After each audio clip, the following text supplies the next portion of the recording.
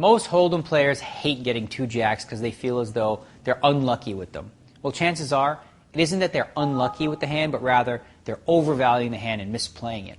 In Hold'em, the best hand you can get is aces, followed by kings, queens, and then jacks. However, there's a significant difference between the strength of the jacks and the queens. With the queens, there's only 2 overcards. However, with jacks, there's 3 overcards that get hit on the flop, which makes the hand difficult to play, as that's going to happen quite often.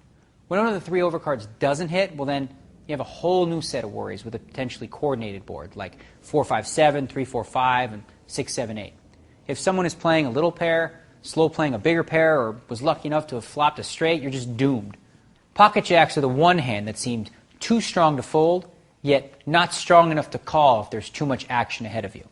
If you're playing a structured limit Hold'em game, the impact isn't as severe, but in a game of no limit Hold'em, where your entire bankroll is in jeopardy, a hand like jacks is one that you want to play very carefully. In fact, it's not all that difficult to think of situations where you should just fold the jacks before the flop. Think about it for a second.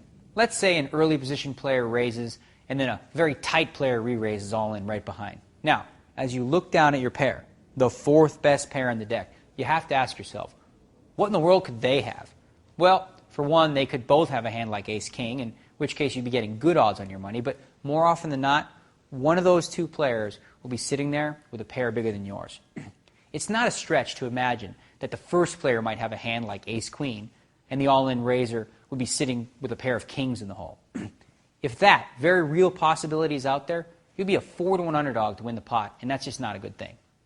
There are countless dilemmas you'll face with a pair of jacks, and that's the reason so many people hate the hand. Frankly, unless a jack hits the flop, you'll never feel too safe. Now, that's not to say, though, that you should just fold on the flop if you don't catch a jack. Not at all. It's a good idea to try and protect your hand on the flop with a good-sized bet, but if somebody does call, you'd better be willing to abort mission and fast. Say a flop comes ace-9-4, for example. This might be a good time to make one stab at the flop, trying to gauge information about your opponent's hand. If he calls you or raises you in this spot, what do you think he might have? Chances are he has that ace, which would give you only a 7% chance of winning the pot. Now, if the flop comes down 9-6 deuce, well, that is a tough situation to consider folding. The only playable hand that would have you beat in this situation would be pocket deuces, sixes, nines, of course queens, kings, and aces. You still want to bet aggressively on this flop with your pair of jacks, but if your opponent does raise you, wow, that's just a really tough decision. The key here, as with most poker problems, is sizing up your opponent. If you had aces, kings, or queens, would he have raised big before the flop? Is he the type of player that would call with small pairs before the flop? When he flops 3 of a kind, does he usually bet it aggressively or play it slow to suck more people in? In the end, it'll be a judgment call that you're going to have to make. Playing jacks makes for some of the toughest decisions you'll ever make, but hey, whoever said this game would be easy?